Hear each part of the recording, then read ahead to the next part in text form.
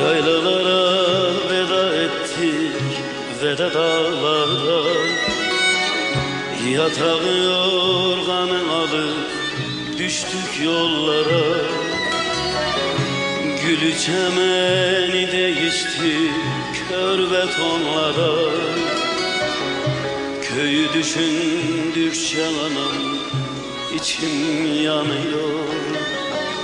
Yanıyor da ciğerhane yürek kanıyor. Gülü çemeni değişti kör betonlara. Köyü düşündükçe anam içim yanıyor.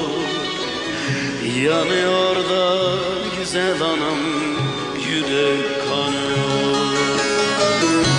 Burada dost bildiğin anam sırdan otur. Elini tuttum bil ki elim yanıyor. Şeref ekmek bulamazken şerefsiz budur. Götürdükçe ciğerleri içim yanıyor. Yanıyor da güzel anam yürek kanıyor. Şeref ekmek bulamazken şerefsiz budur.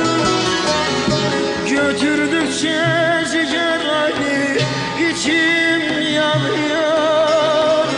Yanıyor da ciğerleri yürek kanıyor.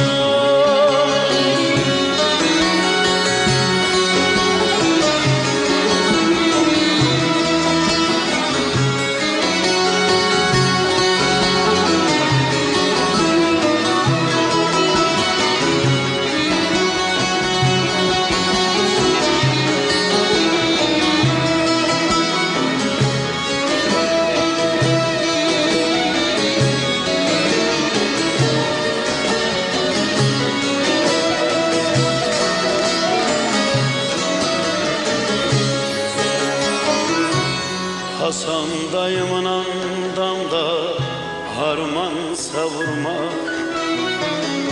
Gülsüm gülle asmana suda rastlamak.